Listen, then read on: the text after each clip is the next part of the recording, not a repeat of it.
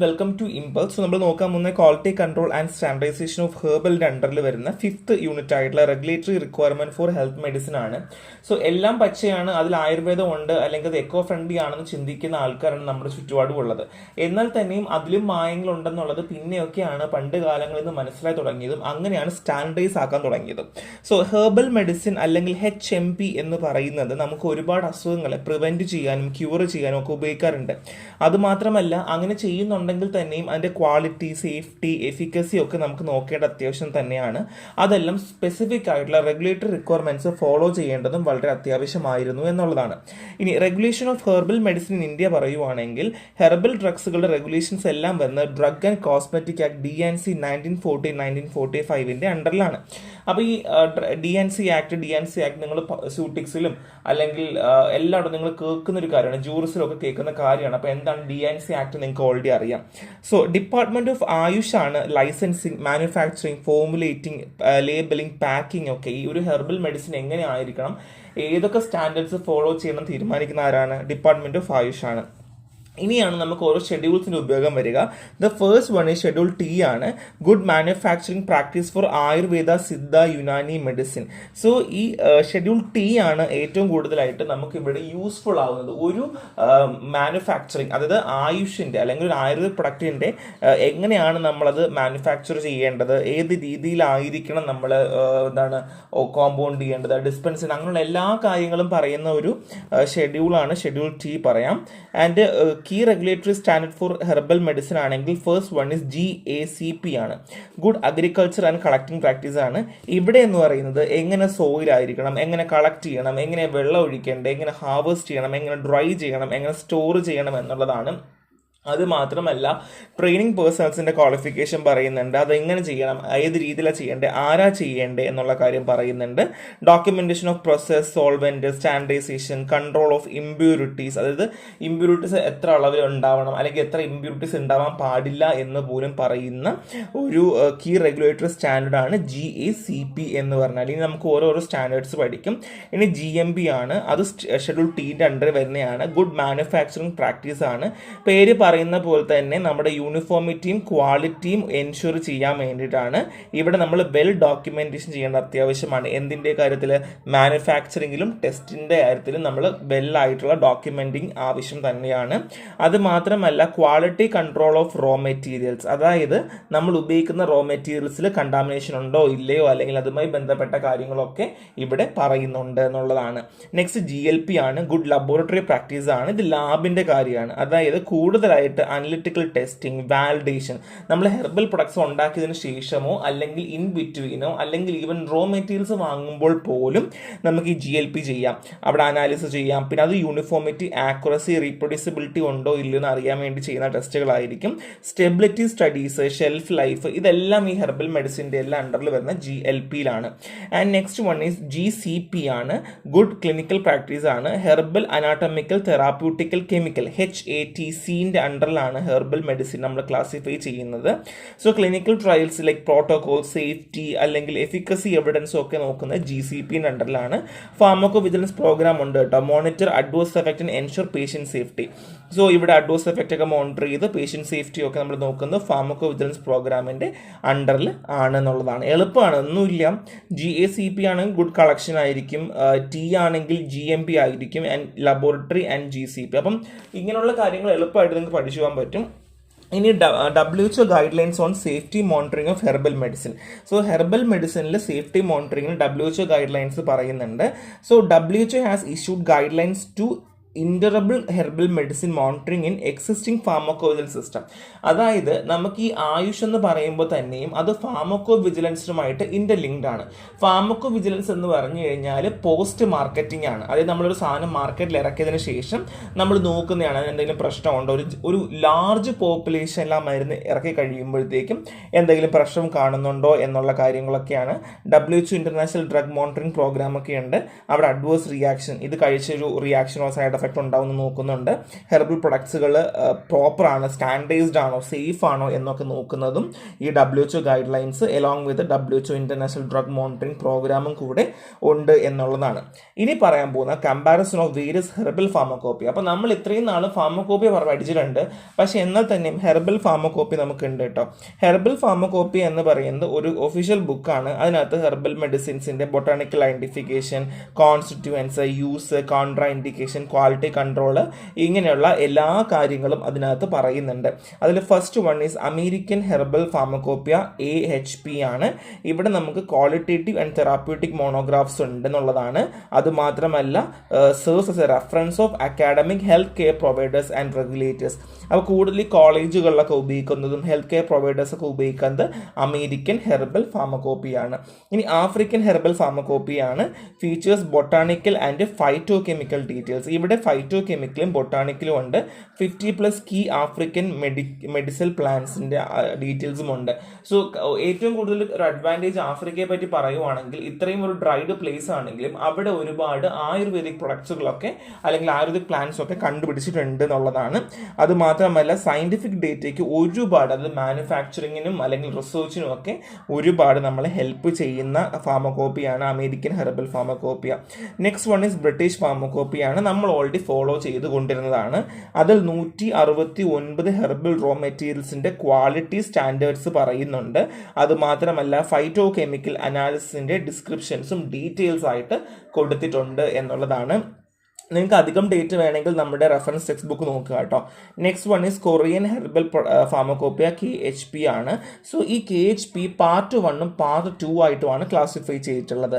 Part 1 ആണെങ്കിൽ frequently used ഡ്രഗും, part 2 ആണെങ്കിൽ crude ഡ്രഗും biological ഡ്രഗ്സും ആയിരിക്കും ഉണ്ടായിരിക്കുക. അതിനകത്ത് മാത്രമല്ല എങ്ങനെയാണ് പ്രിപ്പയർ ചെയ്യേണ്ടത്, എങ്ങനെ ടെസ്റ്റ് ചെയ്യണം, ക്വാളിറ്റി അഷുറൻസ് എങ്ങനെ ആയിരിക്കണം എന്നുള്ള കാര്യമൊക്കെ അവിടെ പറയുന്നുണ്ട്. Next pharmacopoeia of the people republic of China CHP ആണ്. ചൈനയൊക്കെ ആണെങ്കിൽ ഹെർബൽ പ്രൊഡക്ട്സിലൊക്കെ ഭയങ്കര ഇൻവെസ്റ്റ് ചെയ്യുന്ന ആൾക്കാരാണ്. So China food and drug administration ആണ് ഇത് പബ്ലിഷ് ചെയ്യുന്നത്. സോ അവിടെ തന്നെ medicine material, extract, biochemical, pharmaceutical excipients പോലുള്ള കാര്യങ്ങളൊക്കെ അവിടെയും കവർ ചെയ്യുന്നുണ്ട്. ഇനിയാണ് ടർക്കിഷ് ഫാർമക്കോപ്പിയ അല്ലെങ്കിൽ തുർക്കിഷ് ഫാർമക്കോപ്പിയ TP ആണ്. സോ ഇവിടെ യൂറോപ്യൻ ഫാർമക്കോപ്പിയും നാഷണൽ ഹെർബൽ മോണോഗ്രാഫ്സും കൂടെ ഒരുമിച്ച് മെർജിഡും ആണ്, ക്ലബ്ഡും ആണ്. So features herbal and biotechnological medical products. ഇവിടെ കൂടുതൽ ഹെർബലും ബയോ ടെക്നോളജിക്കൽ മെഡിക്കൽ പ്രൊഡക്ട്സും ആയിരിക്കും ഫ്യൂച്ചർ ഏജ് ഉണ്ടായിരിക്കുക. ഇനി ഫാർമക്കോപ്പിയ അർജന്റീനയാണ്. Published by national administration of medicine, food and medical ടെക്നോളജിയാണ്. And provides monograph for biological, herbal and radiopharmaceutical products. എന്തൊക്കെയാണ്? Biological, herbal and radiopharmaceutical products ആണ്. ഇനിയാണ് Brazilian pharmacopoeia. നമുക്ക് ഈ ബ്രസീലിയൻ ഫാർമക്കോപ്പിയ പോർച്ചുഗീസ് ആയിട്ടും ഇംഗ്ലീഷിലും സ്പാനിഷിലും available ആണ്. അതിനകത്ത് monographs for herbal medicine, formulation and എക്സിപ്പിയൻസിന്റെ കാര്യങ്ങളും എല്ലാം ഇൻക്ലൂഡ് ആണ്. And next one is Indian herbal pharmacopoeia IHP ആണ്. Published by Indian drug manufacture association IDMA ആണ്. So regional research laboratory RRL ആണ് കേട്ടോ. സോ ആരൊക്കെയാണ്? ഇന്ത്യൻ ഫാർമക്കോപ്പിയ ഇമ്പോർട്ടൻ്റ് ആണ്, നോക്കി വെക്കുക. ബിക്കോസ് അവിടെ നിന്ന് മേ ബി ചോദ്യങ്ങൾ വരാം കേട്ടോ, in associate with Indian pharmacopoeia. So ആരൊക്കെയാണ്? Indian drug manufacturing association, regional research laboratory ആണ്. So contain Ayurveda, Siddha, Unani medicine. So basically നമുക്ക് ആയുർവേദ എന്ന് പറയുന്നത് ആയുഷ് കണ്ടറിലാണ് വരുന്നത്. അപ്പം അതുകൊണ്ട് തന്നെ ആയുർവേദ, സിദ്ധ, യുനാനി എന്ന രീതിയിലാണ് പോകുന്നത്. Ayurveda pharmacopoeia of India APA covers 600 herbal drugs and 152 compound formulations. So 182 compound ഫോർമുലേഷൻസും 600 ഹെർബൽ ഡ്രഗ്സിനെ പറ്റിയും കവർ ചെയ്യുന്നുണ്ട്. ഇനി പറയാൻ പോകുന്ന ഡെവലപ്മെന്റ് ഓഫ് ഇന്ത്യൻ ഫാർമക്കോപ്പിയാണ്. ഇത് നിങ്ങൾ പഠിച്ചോളൂ, നമ്മൾ ഓൾറെഡി പഠിച്ച കാര്യമാണ്. 955 BN ഘോഷിന്റെ അണ്ടറിൽ ഫസ്റ്റ് എഡിഷൻ നമ്മൾ കൊണ്ടുവരുന്നത്. സെക്കൻഡ് എഡിഷൻ 1966 അത് ഇംഗ്ലീഷിലായിരുന്നു. ആൻഡ് 85 തേർഡ് എഡിഷൻ വരുന്നു. അവിടെ 261 ന്യൂ മോണോഗ്രാഫ്സ് ഉണ്ടായിരുന്നു. 96 1149 മോണോഗ്രാഫ് ഉണ്ടായിരുന്നു. 2007 10 fifth and sixth edition expand ചെയ്യുകയും അവിടെ ഹെർബൽ മെഡിസിനും വാക്സിനും ബ്ലഡ് റിലേറ്റഡ് പ്രൊഡക്ട്സും കൊണ്ടുവന്നു. 14ലും 18ലും 577 ന്യൂ മോണോഗ്രാഫ്സും 170 കെമിക്കൽ ഡ്രഗ്സും 15 ഹെർബൽ മെഡിസിൻസും 10 ബ്ലഡ് പ്രൊഡക്ട്സിനെ പറ്റി ഉണ്ടായിരുന്നു. അപ്പോൾ ഇന്ത്യൻ ഫാർമക്കോപ്പിയെ പറ്റി 5 മാർക്കിന് ചോദിക്കുവാണെങ്കിൽ എന്തായാലും ഇത്രയും കാര്യങ്ങൾ നിങ്ങൾ എഴുതണം. അതിൻ്റെ കൂടെ ബ്രിട്ടീഷ് ഫാർമക്കോപ്പിയും കൂടെ എഴുതുക. കാരണം ബ്രിട്ടീഷ് ഫാർമക്കോപ്പിയാണ് നമ്മുടെ എല്ലാവരുടെയും ഒരു റെഫറൻസ് എന്ന് വേണമെങ്കിൽ പറയാം കേട്ടോ. അതും കൂടെ ഒന്ന് എഴുതിക്കോളാം. സോ നെക്സ്റ്റ് വൺ നമ്മൾ പറയാം role of chemical and biological marker in standardization of herbal products. So herbal products എങ്ങനെയാണ് നമ്മൾ സ്റ്റാൻഡർഡൈസ് ചെയ്യുന്നത്? സോ പണ്ട് കാലങ്ങളിലൊക്കെ നമുക്ക് സേഫ്റ്റി, എഫിക്കസി, ക്വാളിറ്റി ഒന്നും മഷൂർ ചെയ്യുന്ന ഒരു രീതി ഉണ്ടായിരുന്നില്ല. ഏതെങ്കിലും ഇല പറിക്കുന്നു, അരയ്ക്കുന്നു, കൊടുക്കുന്നു, ആ പരിപാടിയാണ്. അതിനുശേഷം അതൊരു ഇന്റർനാഷണൽ ഇഷ്യൂസ് ആയി തുടങ്ങിയതിന് ശേഷമാണ് അവിടെ ഫാർമക്കോപ്പിയ വരികയും അല്ലെങ്കിൽ മൈക്രോസ്കോപ്പിക് ഇവാലുവേഷനെ വരാൻ തുടങ്ങിയത്. ഈവൻ കെമിക്കൽ പ്രൊഫൈലിംഗ് പോലും ഉണ്ട്. ഇതൊക്കെ നമുക്ക് ചെയ്യാൻ പറ്റുന്നത് അല്ലെങ്കിൽ ഇതൊക്കെ നമ്മൾ ചെയ്തുകൊണ്ടിരുന്നത് ക്രോമാറ്റോഗ്രഫി ടെക്നിക്ക് ഉപയോഗിച്ചിട്ടാണ്. അത് മാത്രമല്ല പിന്നെ ഉണ്ട് കേട്ടോ ആഷ് വാല്യൂ, സൾഫർ വാല്യൂ, അങ്ങനെയുള്ള പല പല പല സ്റ്റാൻഡേർഡ്സുകൾ ഉപയോഗിച്ച് ചെയ്തിരുന്നു. എന്നാൽ ഏറ്റവും കൂടുതൽ ഉപയോഗിക്കുന്ന ക്രോമാറ്റോഗ്രഫിക് ടെക്നിക്ക് ആയിരുന്നു എന്നുള്ളതാണ്. ആൻഡ് മാർക്കർ കോമ്പൗണ്ട്സുകളും ഉപയോഗിക്കാറുണ്ട് എന്നുള്ളതാണ്. ഇനി നമുക്ക് സ്റ്റാൻഡർഡൈസേഷൻ ചെയ്യേണ്ട ആവശ്യം എന്താണ്? ഒന്നറിയേണ്ടത് ഫാർമക്കോണസ്റ്റിക് പാരാമീറ്റേഴ്സ് ഉണ്ടോ, ഫിസിയോ കെമിക്കൽ പാരാമീറ്റേഴ്സ് ഉണ്ടോ, ഫൈറ്റോ കെമിക്കൽ പാരാമീറ്റേഴ്സ് ഉണ്ടോ, അസേ ആൻഡ് ക്രോമാറ്റോഗ്രഫിക് അനാലിസിസ് ഉണ്ടോ. അപ്പോൾ ഇങ്ങനെയുള്ള ഡിഫറെൻറ്റ് പാരാമീറ്റേഴ്സുകൾ കംപ്ലൈ ചെയ്യുന്നുണ്ടോ, അല്ലെങ്കിൽ ഇത് ചെയ്യുന്ന സമയത്ത് ഇത് പാസ് ആവുന്നുണ്ടോ ഇല്ലയോ എന്ന് അറിയുക എന്നുള്ളതാണ്. അതായത് ഒരു ഡ്രഗിന് ക്വാളിറ്റി ഉണ്ടോ, പ്യൂരിറ്റി ഉണ്ടോ, അല്ലെങ്കിൽ ഐഡന്റിഫൈ ചെയ്യാൻ തന്നെയും അല്ലെങ്കിൽ അഡൾട്രൻസ് ഉണ്ടോ ഇല്ലയോ എന്ന് അറിയാൻ തന്നെ നമുക്ക് ഒരുപാട് പാരാമീറ്റേഴ്സ് നോക്കേണ്ടി വരും. ആ പാരാമീറ്റേഴ്സ് ആണ് pharmacognostic parameter, physiochemical parameter, phytochemical parameter, assay and chromatographic analysis, ഇങ്ങനെയുള്ള പല കാര്യങ്ങൾ. ഇങ്ങനെ ചെയ്യുമ്പോൾ നമുക്ക് റോ മെറ്റീരിയലും നമ്മൾ ഉപയോഗിക്കുന്ന സാധനങ്ങളിലും ഒക്കെ ത്രൂ ഔട്ട് സ്റ്റാൻഡർഡൈസ്ഡ് ആണ് എന്ന് നമുക്ക് പറയാൻ പറ്റും. ഈ നമ്മൾ പറയാൻ പോകുന്ന മാർക്കർ കോമ്പൗണ്ട്സ് ആണ്. സോ മാർക്കർ കോമ്പൗണ്ട്സ് എന്ന് വെച്ചാൽ പ്യുവർ ഐസൊലേറ്റ് കെമിക്കൽ കോൺസ്റ്റിറ്റ്യൂവൻസ് ആണ്. അതായത് ഒരു പ്ലാന്റ് ആയിക്കോട്ടെ അത് നമ്മൾ പ്യുവറായിട്ട് ഐസൊലേറ്റ് ചെയ്യുന്ന കമ്പോണന്റ് ആണ്. സോ ഇതിന് ബൊട്ടാണിക്കൽ ഐഡന്റിറ്റി ഉണ്ടായിരിക്കും. നമ്മൾ എടുത്ത ക്രൂഡ് ഡ്രഗ് എങ്ങനെയാണോ അതുപോലെ തന്നെ ഉണ്ടായിരിക്കാം. പക്ഷേ അതിന്റെ ഏറ്റവും വലിയ പ്രശ്നം അത് ക്വാളിറ്റി കൺട്രോളിന് ഉപയോഗിക്കുകയാണ്. അതായത് അതിൽ തെറാപ്യൂട്ടിക് ആക്ടിവിറ്റി ഉണ്ടായിരിക്കാം അല്ലെങ്കിൽ ഇല്ലായിരിക്കാം. അതായത് ഇപ്പൊ നമ്മൾ തന്നെ നമ്മുടെ ലാബിലൊക്കെ സ്റ്റാൻഡേർഡ്സ് വെക്കാറില്ലേ, ഇത് ഇങ്ങനെ തന്നെ ആയിരിക്കണം, ടെസ്റ്റ് വരുമ്പോൾ ഇങ്ങനെ വന്നിരിക്കണം. അതുപോലെ നമ്മൾ ഉപയോഗിക്കുന്ന സ്റ്റാൻഡേർഡ്സ് ആണ്. മേ ബി തെറാപ്യൂട്ടിക് ആക്ടിവിറ്റി ഉണ്ടാകാം, ഇല്ലെങ്കിൽ ഇല്ലാതിരിക്കാം എന്നുള്ളതാണ്. ഈ ഒരു പോയിന്റ് നോക്കുക. And also confirm the extract botanical identity of the crude drug എങ്ങനെയാണോ ഉണ്ടാവുക, അത് മേ ബി DNA ആയിരിക്കാം, അല്ലെങ്കിൽ അതിന്റെ വേറെ മോർഫോളജിക്കൽ ക്യാരക്ടേഴ്സ് ആയിരിക്കാം. അതെന്താണോ നമ്മൾ യൂസ് ചെയ്യുന്നത് അതനുസരിച്ച് നമുക്ക് ചെയ്യാം. മാർക്കേഴ്സ് തന്നെ ബയോളജിക്കൽ മാർക്കർ ഉണ്ട്, കെമിക്കൽ മാർക്കർ ഉണ്ട്, ആൻഡ് DNA അങ്ങനെ ക്ലാസിഫൈ ചെയ്ത് പോകുന്നുണ്ട് കേട്ടോ. സോ അതനുസരിച്ച് നമുക്ക് ഈ മാർക്കേഴ്സ് നമുക്ക് ഹെൽപ്പ് ചെയ്യുന്നുള്ളതാണ്. So selection of chemical marker എങ്ങനെയൊക്കെ ആയിരിക്കണം? ഒന്ന്, ഒതന്റിക് ആയിരിക്കണം.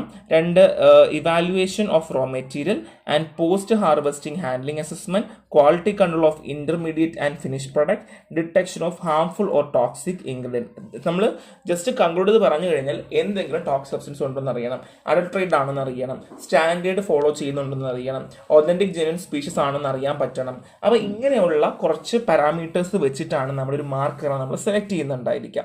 സോ ടൈപ്പ് ഓഫ് മാർക്കേഴ്സ് പറയുവാണെന്നുണ്ടെങ്കിൽ കെമിക്കൽ മാർക്കർ ഉണ്ട്, ബയോ കെമിക്കൽ മാർക്കർ ഉണ്ട്, മോളിക്കുലർ ഒരു DNA മാർക്കർ ഉണ്ട് കേട്ടോ.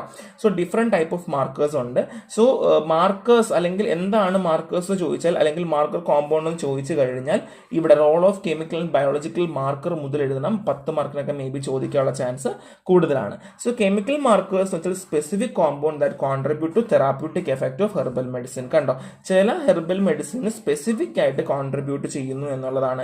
Their studies applicable to various research area include authentication, optimization of extraction and purification method and quality assessment. Even quality assessmentലും പ്യൂരിഫിക്കേഷനിലും എക്സ്ട്രാക്ഷനിലും even ഒതന്റിക്കേഷനിലും പോലും ഹെൽപ്പ് ചെയ്യുന്നു എന്നുള്ളതാണ്. ഇപ്പോൾ markers are pure isolate chemical compound that confirm the exact biological identity of a crude drug. ഒരു crude ഡ്രഗിന്റെ എക്സാക്ട് ബയോളജിക്കൽ എഫക്റ്റ് കൊടുക്കുകയാണ് ചെയ്യുക. മറന്നു പോകരുത്. ഒരു ഒരു ഡ്രഗ് ഉണ്ടെങ്കിൽ അതിൽ നിന്ന് നമ്മൾ എന്ത് ചെയ്യുന്നു, നമ്മൾ ഐസൊലേറ്റ് ചെയ്ത് എടുത്തു കഴിഞ്ഞാൽ അതിൻ്റെ എക്സാക്റ്റ് കോമ്പൗണ്ട് ആയിരിക്കും. അതിലൊന്നെങ്കിൽ എന്താണ് തെറാപ്യൂട്ടിക് എഫക്റ്റ് ഉണ്ടാകാം, ഇല്ലെങ്കിൽ ഇല്ലാതിരിക്കാം എന്നുള്ളതാണ് കേട്ടോ, മറന്നു പോകരുത്. സോ ഇത് മാർക്കേഴ്സ് ടൈപ്പാണ്. ആൻഡ് എക്സാമ്പിൾ കൊടുത്തിട്ടുണ്ട്, പറ്റുന്നതൊക്കെ പഠിച്ചു വെക്കാം. Active principle, active marker, analytical marker, negative marker എന്ന് പറഞ്ഞിട്ട് കെമിക്കൽ മാർക്കേഴ്സിനെ പിന്നെയും ക്ലാസിഫൈ ചെയ്യുന്നുണ്ട്. അവിടെ തന്നെ ആക്റ്റീവ് പ്രിൻസിപ്പിൾ ആണെങ്കിൽ chemical with non clinical activity, അറിയുന്ന ആക്ടിവിറ്റി ഉണ്ടെങ്കിൽ. ആക്റ്റീവ് മാർക്കേഴ്സ് ആണെങ്കിലോ constant with non pharmacological activity, നമുക്കറിയാം ഇന്നതാണ് അസുഖം, ഇന്നതാ കുറയ്ക്കാൻ പോകുന്നത്. അനലിറ്റിക്കൽ മാർക്കർ ആണെന്നുണ്ടെങ്കിൽ ഇന്ന പർപ്പസ് ആണ്. നെഗറ്റീവ് മാർക്കർ ആണെങ്കിൽ അലർജിക് ഓർ ടോക്സിക് പ്രോപ്പർട്ടീസ് ഉള്ളതാണ്. എക്സാമ്പിൾ പറയുവാണെങ്കിൽ ജിക്കോൺ ബിലോബയൊക്കെയാണ് എക്സാമ്പിൾ വരുന്നത് കേട്ടോ. സോ കെമിക്കൽ മാർക്കറിന്റെ ആപ്ലിക്കേഷൻ എന്താണ്? അപ്പോൾ നമ്മൾ ഓൾറെഡി ഇതെല്ലാം പറഞ്ഞു അല്ലേ. അഡൾട്രേഷൻ ഉണ്ടോ ഇല്ലെന്ന് അറിയണം. പിന്നെ ഹെർബൽ മെഡിസിൻസിന് മൾട്ടിപ്പിൾ സോഴ്സ് ഉണ്ടോ, അല്ലെങ്കിൽ ഡിഫറൻഷിയേറ്റിന് ഹെൽപ്പ് ചെയ്യണം. ആൻഡ് ബെസ്റ്റ് ഹാർവെസ്റ്റിംഗ് ടൈം ഏതെന്ന് അറിയാൻ പറ്റണം. കളക്ഷൻ സൈറ്റ് കൺഫേം ചെയ്യാൻ പറ്റണം. പ്രോസസ്സിംഗ് മെത്തേഡ്, ഹെർബൽ ഇൻടോക്സിഫിക്കേഷൻ ഡയഗ്നോസ് ചെയ്യാൻ പറ്റണം. ക്വാളിറ്റി ഇവാലുവേഷൻ അറിയാൻ പറ്റണം. Identification and quantification of proprietary product അറിയാൻ പറ്റണം. സ്റ്റെബിലിറ്റി ടെസ്റ്റിംഗ് അറിയാൻ പറ്റണം. ഡിറ്റക്ട് ചെയ്യാൻ പറ്റണം. ഇതൊക്കെ നമുക്ക് അറിയുന്ന കാര്യമല്ലേ. നമുക്ക് കുറച്ച് നമ്മുടെ ഭാഗം തന്നെ എഴുതി നമുക്ക് ഫലിപ്പിക്കാൻ പറ്റുന്ന ഭാഗങ്ങളൊക്കെയാണ് കേട്ടോ. സോ ഇതൊക്കെ ഏകദേശം എല്ലാത്തിനും കോമൺ തന്നെ ആയിരിക്കും. And biological marker include protein and isozyme ആണ് കേട്ടോ. അതായത് ഓൾസോ നോൺ ആസ് അലോസൈംസ്. എന്താണ്? പ്രോട്ടീനും ഉണ്ട്, ഐസോമും ഉണ്ട്. Isozymes are functionally similar enzyme that different structure, electrophoretic mobility, activator, inhibitory and stability. So ഇതെന്ന് പറഞ്ഞാൽ നമ്മളൊരു എൻസൈം എങ്ങനെയാണോ ഇരിക്കുന്നത്, എൻസൈമിന്റെ സ്ട്രക്ചർ എങ്ങനെയാണ്, മൊബിലിറ്റി എങ്ങനെയാണ്, ഇൻഹിബിറ്റേഴ്സ് എങ്ങനെയാണ്, സ്റ്റെബിലിറ്റി എങ്ങനെയാണ്, അതുപോലെ തന്നെ ഇരിക്കുന്ന മാർക്കേഴ്സിനാണ് നമ്മൾ biochemical markers. Like something like പ്രോട്ടീനും ഐസോസോംസിന്റെയും ഏകദേശം എങ്ങനെയാണോ അതുപോലെ ഇരിക്കുന്നത്. സോ ആപ്ലിക്കേഷൻ പറയുവാണെങ്കിൽ ജനറ്റിക് സ്റ്റഡീസിലൊക്കെ ഭയങ്കരമായിട്ട് ഉപയോഗിക്കാറുണ്ട്. അത് മാത്രമല്ല ഔട്ട് ക്രോസ് റേഷ്യോയിൽ മെഷർ ചെയ്യാൻ വേണ്ടിയിട്ട്, സബ് പോപ്പുലേഷൻ സ്ട്രക്ചറിനെ സ്റ്റഡി ചെയ്യാൻ വേണ്ടിയിട്ട്, ഡിഫറൻഷിയേറ്റ് ചെയ്യാൻ വേണ്ടി, ഓരോ സ്പീഷീസിനെ ഡിഫറൻഷിയേറ്റ് ചെയ്യാൻ വേണ്ടിയിട്ടൊക്കെ നമ്മൾ ചെയ്യാറുണ്ട്. The isosome pattern of glucose 6-phosphate dehydrogenase has been used to identification of Eclipta prostista, false daisy. So false daisy പോലുള്ള നമ്മളെ സ്പീഷീസിലൊക്കെ നമ്മൾ ഐഡന്റിഫൈ ചെയ്യാൻ വേണ്ടി നമ്മളെ ഒരുപാട് ഹെൽപ്പ് ചെയ്യാറുണ്ട്. ഇനി molecular or DNA marker. So DNA marker എന്ന് വെച്ചാൽ നമ്മൾ കൂടുതലായിട്ട് ഉപയോഗിക്കുന്ന സംഭവങ്ങളാണ്, പക്ഷെ എന്നാൽ റെയർലിയും ആണ് കേട്ടോ. എപ്പോഴൊന്നും ഉപയോഗിക്കില്ല. എപ്പോഴാണോ due to their abundance, stability and independence of എൻവയോൺമെന്റൽ ഫാക്ടേഴ്സ്. സോ നമ്മൾ DNA മാർക്കേഴ്സ് എന്ന് പറഞ്ഞാൽ നമ്മൾ അധികം ഉപയോഗിക്കുന്നത് എന്തുകൊണ്ടാണ്? അബ്ഡൻസ് ഉള്ളത് കൊണ്ട്, സ്റ്റെബിലിറ്റി ഉള്ളത് കൊണ്ട്, ഇൻഡിപെൻഡൻസ് ആണ്, എൻവയോൺമെന്റൽ ഫാക്ടറിൽ നിന്ന് ഇൻഡിപെൻഡന്റ് ആണെന്നുള്ളതാണ്. എന്നാൽ മറ്റുള്ളതുപോലെ അത്ര അധികം ഉപയോഗിക്കാറില്ല. ചില സമയങ്ങളിൽ റെയർ ആയിട്ടാണ് ഏറ്റവും ചിലപ്പോൾ ഉപയോഗിക്കാറുള്ളത്. കാര്യം അതൊരു ടീഡിയസ് പ്രോസസ്സും ഇച്ചിരി കോംപ്ലിക്കേറ്റഡും ആണെന്നുള്ളതാണ്. DNA can be extract from fresh or dried plant tissue, making it's reliable tool for assessment. So നമുക്ക് ഡ്രൈഡ് പ്ലാന്റിൽ നിന്നോ അല്ലെങ്കിൽ ഫ്രഷ് പ്ലാന്റിൽ നിന്നോ നമുക്ക് DNA എക്സ്ട്രാക്ട് ചെയ്യാം. ഈ ഒരു എക്സ്ട്രാക്ഷൻ പ്രോസസ് ടീഡിയസും കോസ്റ്റ്ലിയും ആയതുകൊണ്ടാണ് നമ്മൾ അധികം അങ്ങനെ ഉപയോഗിക്കാത്തത്. നമ്മുടെ ജനറൽ പ്രിൻസിപ്പൽ തിയറി പറഞ്ഞതാണ് കേട്ടോ. ഇപ്പൊ മാനുഫാക്ചറിങ് സമയത്ത് അവർക്ക് പ്രശ്നമല്ല, കാര്യം അവർ എത്ര പൈസ കൊടുത്തവർ ചെയ്യുമല്ലോ. DNA മാർക്കേഴ്സിന്റെ ആപ്ലിക്കേഷൻ പറയുവാണെങ്കിൽ herbal technology. So taxonomy, physiology, embryology, ജെനറ്റിക്സിലൊക്കെ ഒരുപാട് യൂസ് ചെയ്യാറുണ്ട്. Genetic variation, genotyping. So random amplification of polymorphic DNA markers help identification and differentiation. So basically നമുക്കൊരു പ്ലാന്റ് ഇതാണോ, അല്ലെങ്കിൽ ഡിഫറെൻറ്റ് ജോഗ്രഫിക്കൽ ലൊക്കേഷൻസിൽ നിന്നൊക്കെ വരുന്ന ഡിഫറെൻറ്റ് പ്ലാന്റ് ഇപ്പോൾ സെയിം തന്നെ ഉണ്ടായിരിക്കും, സെയിം സ്പീഷീസ് ആയിരിക്കും. ഇപ്പോൾ സെന്ന ഇന്ത്യൻ ലീഫ് ഉണ്ട്, അല്ലെങ്കിൽ നമുക്ക് വേറെ ഡിഫറെൻറ്റ് ലീഫൊക്കെ ഉണ്ടാവില്ല, അമേരിക്കൻ ലീഫൊക്കെ ഉണ്ടാവുമല്ലോ. അപ്പം അങ്ങനെ ഡിഫറെൻറ്റ് ലൊക്കേഷനിലൊക്കെ കൊണ്ടുവരികയാണെങ്കിൽ അത് എവിടെ നിന്നാണ് കൊണ്ടുവന്നേ, ഏതാണ്, അത് നല്ലതാണോ, സ്റ്റാൻഡേർഡ്സ്ഡ് ആണോ നമുക്കറിയാൻ പറ്റും. ആൻഡ് ഒതൻറ്റിക്കേഷൻ, നമുക്ക് ബേസിക്കലി ഇത് അൾട്രേറ്റ് ആണോ, അല്ലെങ്കിൽ ഈവൻ റെയർ മെഡിസിനൽ പ്ലാന്റ്സ് ഒക്കെ നമ്മൾ ഉപയോഗിക്കുന്ന സമയത്ത് അത് ടോപ്പ് ക്വാളിറ്റി ആയിരിക്കണം, അല്ലെങ്കിൽ വെറുതെ നമുക്ക് എന്തെങ്കിലുമൊക്കെ ഉപയോഗിച്ച് നമുക്ക് ചെയ്യാനായിട്ട് ഒക്കത്തില്ല. അപ്പോൾ അതിൻ്റെയൊക്കെ നമ്മൾ അറിയേണ്ടത് അത്യാവശ്യമാണ്. പിന്നെ മെഡിസിനൽ പ്ലാന്റ് ബ്രീഡിങ്. സോ ചില സമയത്ത് ക്രോസ് ബ്രീഡിങ് പ്രോഗ്രാംസിലൊക്കെ നമ്മൾ ഉപയോഗിക്കാറുണ്ട്. And food and nutraceuticals. ഇവിടെ നമുക്ക് ഡിസ്റ്റിങ്ക്യൂഷ് ചെയ്യാൻ വേണ്ടി, നമുക്ക് അറിയാൻ വേണ്ടിയിട്ടാണ് genetically modified product from non genetically modified variant. So actual ഏതാണ് അല്ലെങ്കിൽ ജനറ്റിക്കലി മോഡിഫൈഡ് ഏതാണെന്ന് ഹെൽപ്പ് ചെയ്യാൻ വേണ്ടി ഈ DNA മാർക്കേഴ്സ് ഉപയോഗിക്കാം. കാരണം നമുക്ക് DNA കമ്പയർ ചെയ്യാൻ പറ്റുമല്ലോ. New pharmacognostic tool. ഇവിടെ DNA മാർക്കേഴ്സ് ക്വാളിറ്റി കൺട്രോളിൽ നമ്മൾ ഉപയോഗിക്കാറുണ്ട്. ഇപ്പോൾ ഓൾറെഡി കൊമേഴ്സിലൊക്കെ ഉപയോഗിക്കുന്ന സാധനമാണെങ്കിൽ അതിലെ DNA നമ്മുടെ കയ്യിലുള്ള DNA നമ്മൾ സ്റ്റഡീസ് കമ്പയർ ചെയ്ത് നമുക്ക് ചെയ്യാനായിട്ട് പറ്റും എന്നുള്ളതാണ്. ഇത്രയേ ഉള്ളൂ, ഒരു സിമ്പിൾ ചാപ്റ്റർ ആണ്. ഐഡിയ മനസ്സിലാക്കിയാൽ നിങ്ങൾക്ക് എഴുതാം എന്നുള്ളത് മാത്രമേ ഉള്ളൂ. എല്ലാത്തിലും കോമൺ പോയിന്റ്സ് വരുന്നുണ്ട്, അത് അങ്ങനെ തന്നെ പഠിക്കുക. സോ നെക്സ്റ്റ് ക്ലാസ്സിൽ കാണാം. Thank you.